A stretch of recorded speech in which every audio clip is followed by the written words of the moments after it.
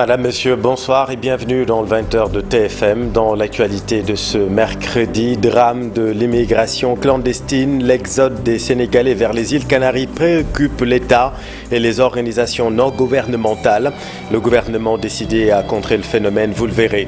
Perturbations en vue au port autonome de Dakar. Les acteurs portuaires dénoncent les agissements de certaines compagnies étrangères.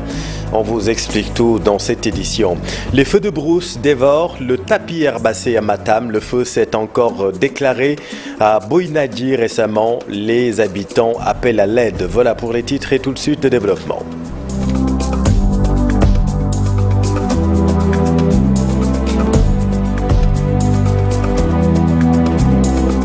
Mais d'abord, Bargny pleure ses fils disparus en mer. Des jeunes issus de cette localité ont péri récemment dans le chavirement de la pirogue en Mauritanie. Voyons tout cela avec Abdou Diouf Diagne et Ahmadou Bambasson. Animé, la plage de Bargny est calme aujourd'hui. Des pirogues mouillent non loin de la côte, tenues par des cordes.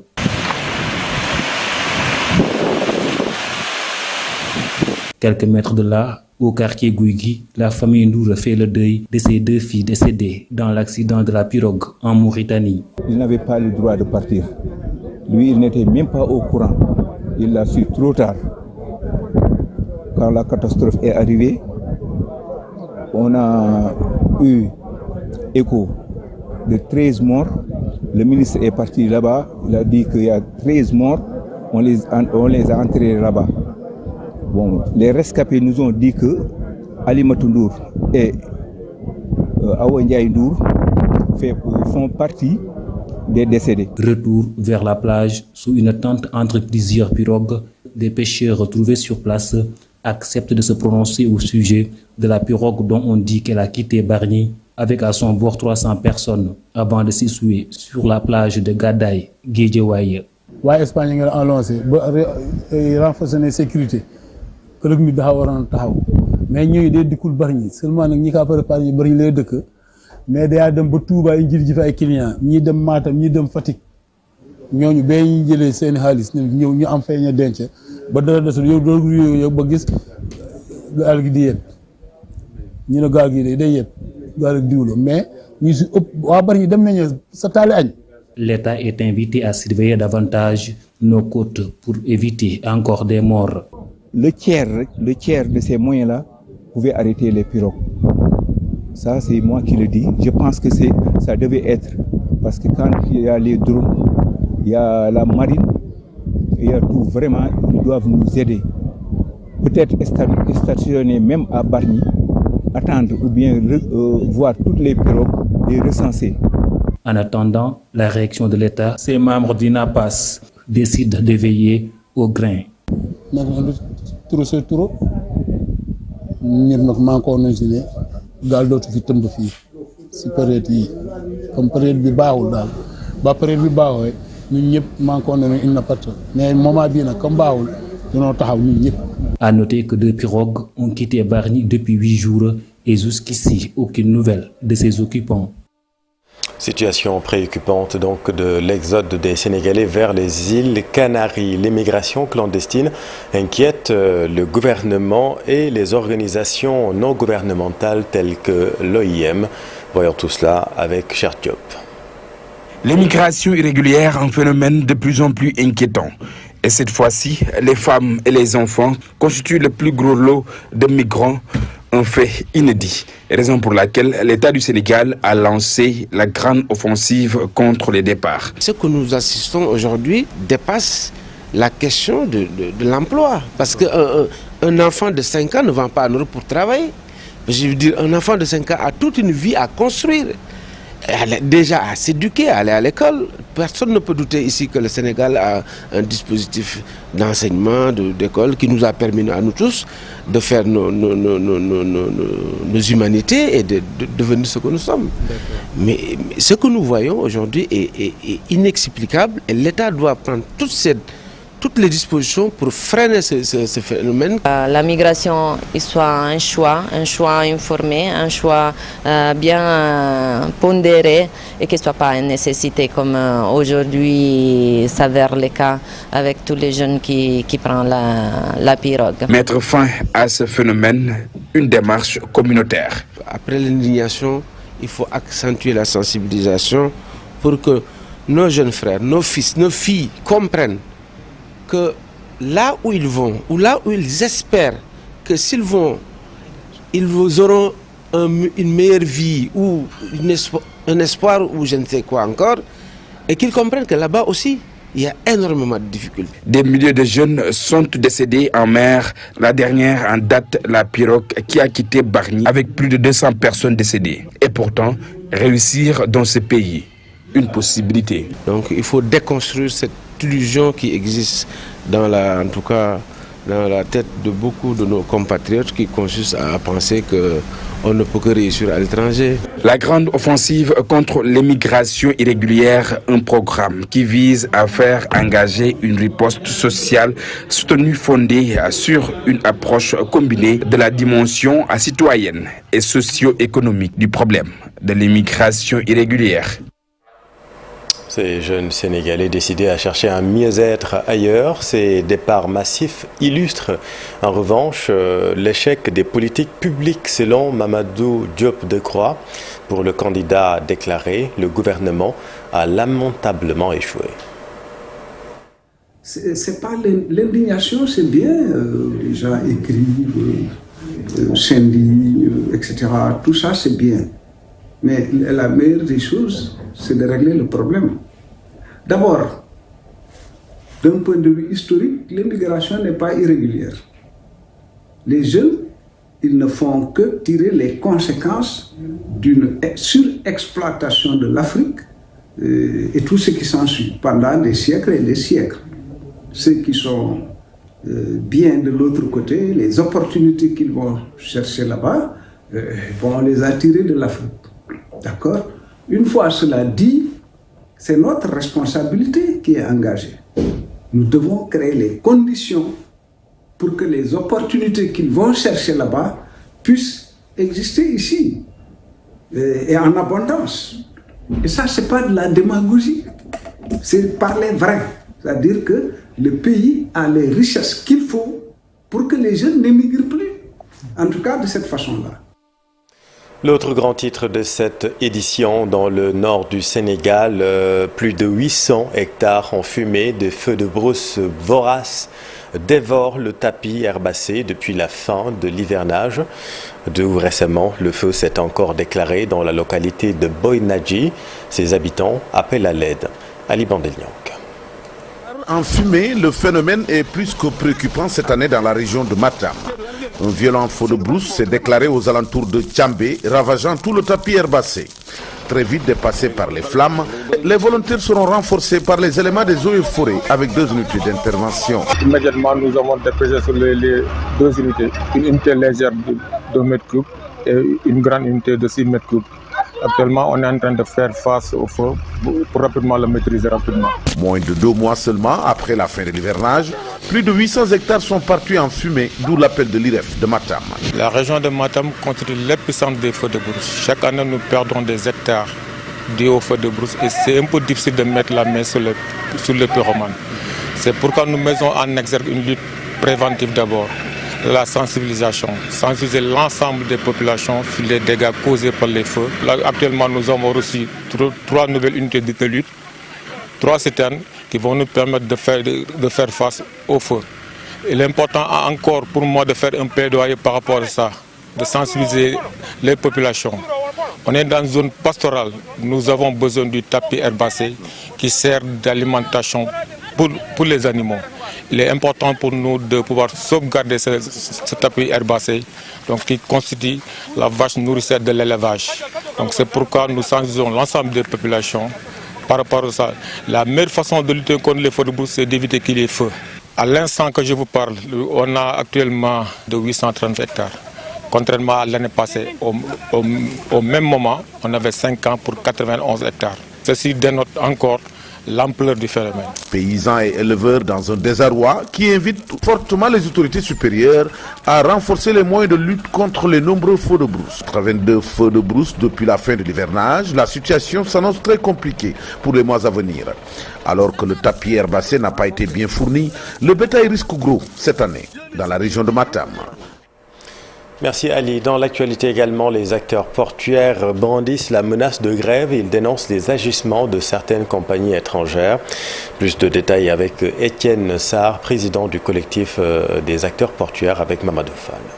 Ce jour, on a fait des arrêts de travail sur le paiement aux compagnies maritimes, à DP World et des droits et taxes.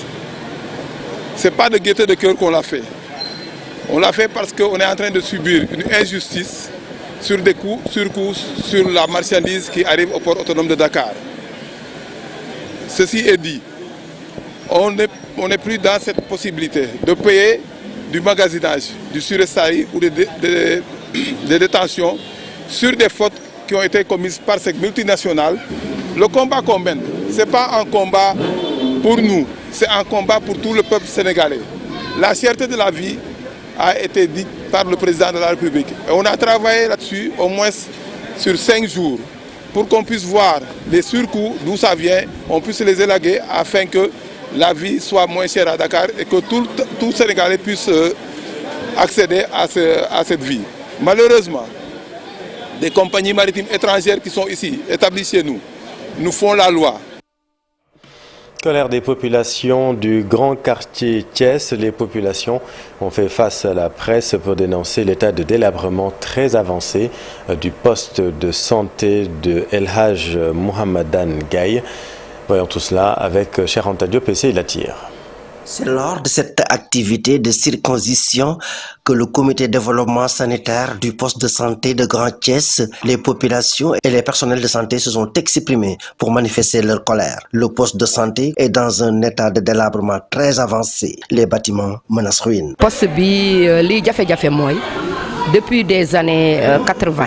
Les années 80 bataille. Lançons un cri de cœur. Ce poste de santé a été construit en 1880. Le poste de santé ne répond plus aux normes sanitaires. Le plafond est défectueux. Vous l'avez même constaté. Poste bi ci kaw day senn plafond bi gis ngeen ni mu mel. Wa population Grand Thiès joy nañ ko ba sonn. Cette dame appelle la population de Grand Thiès dans toutes ses composantes à se joindre au comité de développement sanitaire pour relever le défi qui lui a été lancé. Ñi ngi yuuxu ci kaw di leen ko yóbbante. Vraiment, il faut nous aider. Le terrain est très vaste. On peut même construire de nouveaux locaux. La coordination médicale de Grand Thiès a initié ses activités de circoncision pour venir en aide aux parents démunis. Nonobstant cela également, nous dédions à ces enfants des médicaments qui leur permettront de guérir très rapidement de la circoncision. 100 enfants issus du quartier de Grand Thiès, âgés entre 5 et 10 ans, ont été circoncis. Le poste de santé de Grand Thiès avait refusé du monde. Parlons de la malnutrition à Saint-Louis chez les enfants de moins de 5 ans. La malnutrition constitue une problématique à laquelle les acteurs veulent apporter une solution. L'ONG Action et Développement sensibilise les familles sur l'importance des produits locaux pour une meilleure prise en charge. Ousseynou Diop, Habib Saïk. Dans la région de Saint-Louis, notamment dans les zones rurales, la malnutrition est très fréquente chez les enfants âgés de moins de 5 ans. Une situation qui peut être évitée avec la consommation des produits locaux, selon le médecin-chef du district sanitaire de Saint-Louis, Dr Fodi Damfara. Ça permet de lutter contre la malnutrition qui est très fréquente, surtout au niveau communautaire. Ce qu'il faudra faire, c'est de les inciter à transformer ces produits, de sorte que ce soit des aliments nutritifs.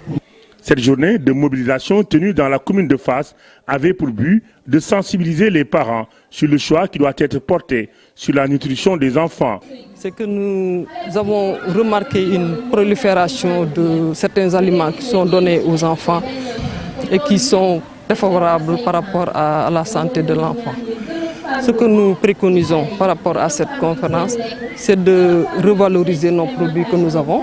Dans ce combat contre la malnutrition, les Badinogor ont un rôle très important à jouer. C'est pourquoi elles ont été impliquées. Nous effectuons souvent des visites à domicile. Nous préparons également des aliments nutritifs pour eux. Notre travail commence depuis la grossesse de la femme jusqu'à la naissance de l'enfant. Des séries de sensibilisation ont été organisées sur l'importance et la place des produits locaux dans la prise en charge de la malnutrition chez les enfants de moins de 5 ans. Allons à Touba, drame dans le village de Tcheifali. Le chef de village se prononce après l'intervention des Baïfal pour le respect de la sacralité de la ville sainte. La communauté Peul du village de Tcheifali fait de graves révélations sur cette affaire qui l'a opposé au Baïfal hier. Propos de El Haj Dem, chef de village de Tcheifali, avec notre équipe à Touba.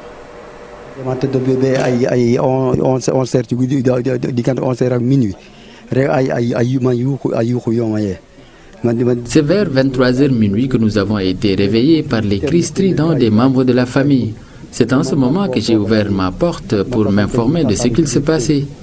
D'ailleurs, quelqu'un m'attendait à la porte avec un gourdin. J'ai eu la chance et le réflexe de l'avoir bousculé un peu, sinon on ne parlerait plus de moi. Ils nous ont assaillis et avec des jeunes, nous avons pu les repousser. C'est après qu'ils sont revenus à la charge et plus nombreux. Les Baïfal ont tué 3 chèvres, emporté près de 50 moutons et blessé 3 jeunes. En ce moment, d'autres ont chargé les moutons dans un véhicule. Le commandant est venu ici. Je lui ai ouvert toutes les chambres afin qu'il puisse vérifier s'il y avait des produits prohibés dans les chambres. Il n'a rien trouvé, ni armes, ni tabac, ni rien. Sans aucune explication, ils nous ont attaqués et scandé « Sortez, où sont les hommes?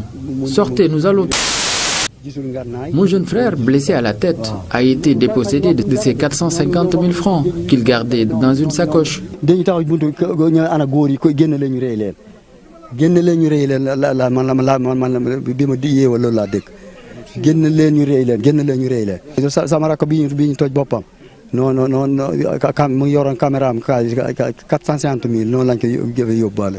Dans l'actualité également, retenez que Cheikh Tidiane Koulibaly, magistrat à la retraite, a été nommé au Conseil constitutionnel en remplacement d'Abdoulaye Sylla. Vous le savez, récemment nommé à la présidence de la Sénat.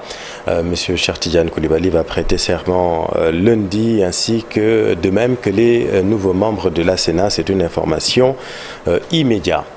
Dans le cadre de la digitalisation de l'état civil au Sénégal, une formation du personnel des centres sur l'application de base de gestion des faits de l'état civil a été initiée. L'objectif étant de permettre une dématérialisation de l'état civil.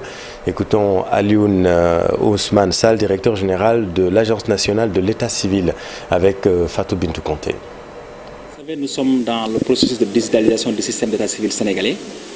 Au-delà de la formation que nous avons réalisée, des constructions et de l'équipement des centres, nous sommes dans une phase intensive du processus de digitalisation à travers la formation sur l'utilisation de l'application de gestion des faits d'état civil. C'est une application approuvée par les acteurs. Nous avons d'abord passé par une phase pilote qui nous a permis de déployer l'application dans 13 communes que sont Touba, Malikunda, Pikine, Grand Yoff et d'autres centres comme Saint-Louis. Et après retour d'expérience, nous passons à la phase de déploiement massif au niveau des communes du Sénégal.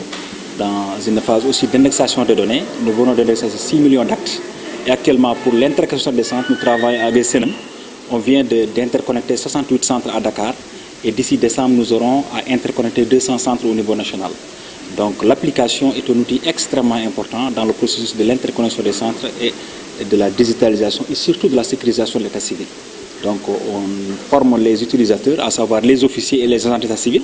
Comme vous le savez, il y aura une responsabilité et l'application aussi est arrimée avec le code de la famille et le code des collectivités territoriales. Donc c'est la dématérialisation des procédures à travers l'application avec les acteurs du système. Toute autre chose après les colloques, séminaires et autres renforcements de capacité, l'Association internationale des diplômés de l'Université Senghor pense aux gestes qui sauvent. C'est ainsi que l'association a organisé des journées de dons de sang pour accompagner le CNTS dans sa mission de tous les jours. Ibou Diouf. Cet acte est un geste noble qui peut sauver des vies. Il s'agit d'un don de sang ou don de soi. Au-delà de ses activités socio-pédagogiques, l'AIDUS du Sénégal veut aussi être présent sur le terrain. C'est dans le cadre donc de notre plan stratégique que nous organisons cette activité qui est un acte citoyen.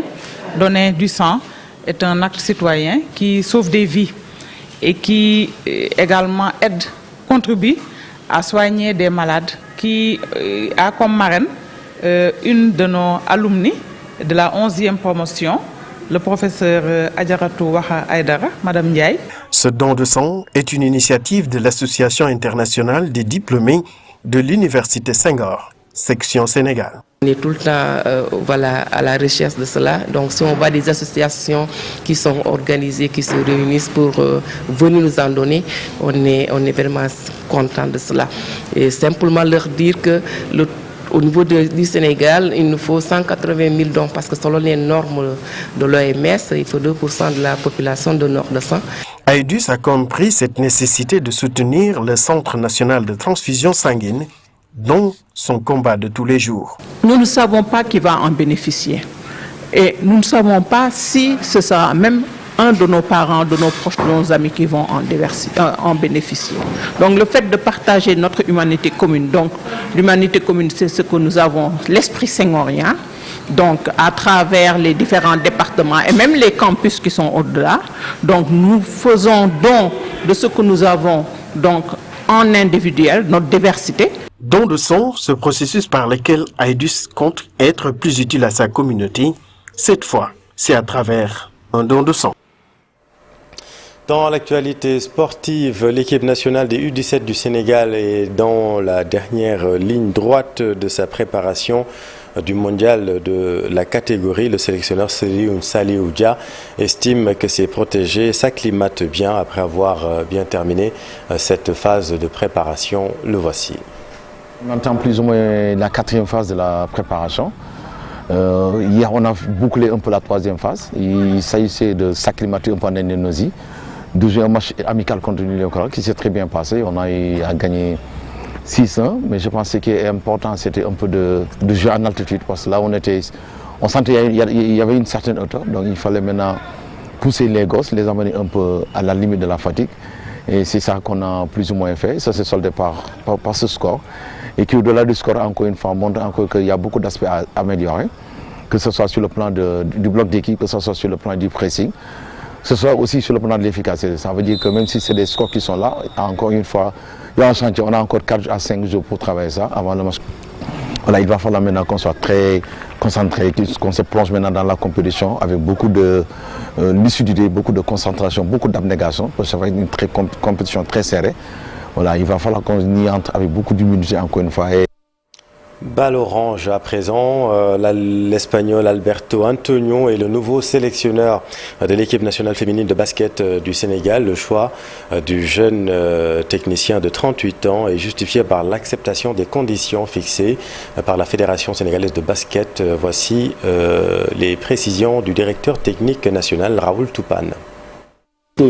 Alberto Antonio Leal, c'est un entraîneur espagnol de 33 ans. Qui a eu à coacher, si vous avez bonne mémoire, c'était le coach de l'Ouganda passé, lors de l'Afro-Basket passé. Il a eu un vécu, il est assez jeune, assez motivé et un vécu dans le milieu du basket. Le choix se justifie de sa connaissance aussi du basketball africain et aussi l'acceptation de nos règles de jeu. C'est-à-dire, nous avons des particularités. Parfois, nous avons des contraintes qui se posent à nous. Il faudrait que nous ayons un entraîneur assez compréhensif, pas trop malléable, assez compréhensif pour pouvoir s'adapter à toutes les situations qui se poseront. C'est un contrat d'objectifs. Vous savez, l'objectif que nous avons, le premier objectif, c'est le Tekio. S'il parvient à nous qualifier au Tekio, il continuera jusqu'aux Jeux Olympiques. Et après, on évaluera si on doit continuer ou pas. Lutte avec frappe en lieu d'un open press. Eumesen a fait face à la presse. Eumesen qui doit combattre avec Tafatine dimanche prochain. Eumesen, leader de Taïchenge, promet de corriger son adversaire. Le voici. Il y a tout ici au Sénégal pour préparer un combat. Il y a les dunes, il y a les contacts, tout se fait ici. Donc nous n'avons pas besoin d'aller à l'extérieur. C'est pourquoi je me suis préparé ici avec mon écurie. Les sceptiques sont nombreux sur ma capacité de bagarreur. Je pourrais battre tout lutteur sur un ring. Je sais mieux boxer que lutter. Toutefois, la lutte et la boxe sont différentes, certes. Mon coach Kandji m'a bien préparé. Inch'Allah, dimanche, les gens seront édifiés. J'essaie de ne jamais dénigrer ou calomnier un adversaire. J'ai bien entendu sa communication, mais je ne reculerai pas dimanche, Inch'Allah. Mais dimanche, nous une scène qui va combattre contre Tafatine. Pas moins de 16 nations attendues à Dakar pour les besoins des 31e éditions des championnats du monde de pêche sportive prévue, vous le savez, du 11 au 18 novembre prochain. Une compétition qui va se dérouler au Terrobi avec l'ambition pour le Sénégal et ses deux équipes de réussir sur tous les plans. Cher Sadibou Diarra. 20 ans après, le Sénégal va encore être le centre mondial de la pêche sportive. Dakar abrite la 31e édition des championnats du monde du 18 au 11 novembre prochain. À l'exception des pays asiatiques, tous les continents seront représentés. Cette activité-là se déroule dans la mer et non à l'eau douce. Parce que la fédération, comme la fédération internationale, gère la pêche sportive en mer et la pêche sportive en eau douce et la pêche sportive à la mouche. Ce sont les trois fédérations internationales qui constituent la Confédération internationale qui regroupe 81 pays et plus de 50 millions de membres adhérents. Ouais. Et le Sénégal est vice-président de cette organisation. Une quinzaine de nations, peut-être même 16 nations qui vont participer à cet événement. L'Égypte, l'Espagne, la France, l'Italie, le Mexique, le Monaco, le Portugal, le Sénégal, avec deux équipes d'ailleurs, la Slovénie et la Suisse. Donc il y a 15 nations qui vont participer à ce championnat. Le Sénégal, double médaillé en 2003, compte rééditer l'exploit, réussir le pari de l'organisation et de la participation. Nous sommes en train de dérouler l'organisation. Jusqu'à présent, nous n'avons peut-être pas tous les moyens, mais nous attendons les moyens, mais nous sommes en train de dérouler pour respecter le calendrier. Et nous espérons à terme que nous allons réussir l'organisation, comme en 2003, et réussir également la conquête de ces championnats du monde de pêche sportive, c'est-à-dire la médaille d'or et la médaille de... Cette édition des championnats du monde de pêche sportive est prévue au Terrobi du 11 au 18 novembre prochain. Objectif, relancer la discipline et contribuer au tourisme sénégalais. Merci cher, c'est la fin de cette édition. Merci infiniment de l'avoir suivi. Papa Blader est son invité dans un instant pour Soir d'Info, la suite. Et puis un peu plus tard, retrouver Papa Ngagne dans son émission Faram Faké qui reçoit Monsieur Alioune Mamadou Dia, candidat du PUR à la présidentielle de 2024. Restez avec nous, vous êtes au bon endroit. Bonne soirée.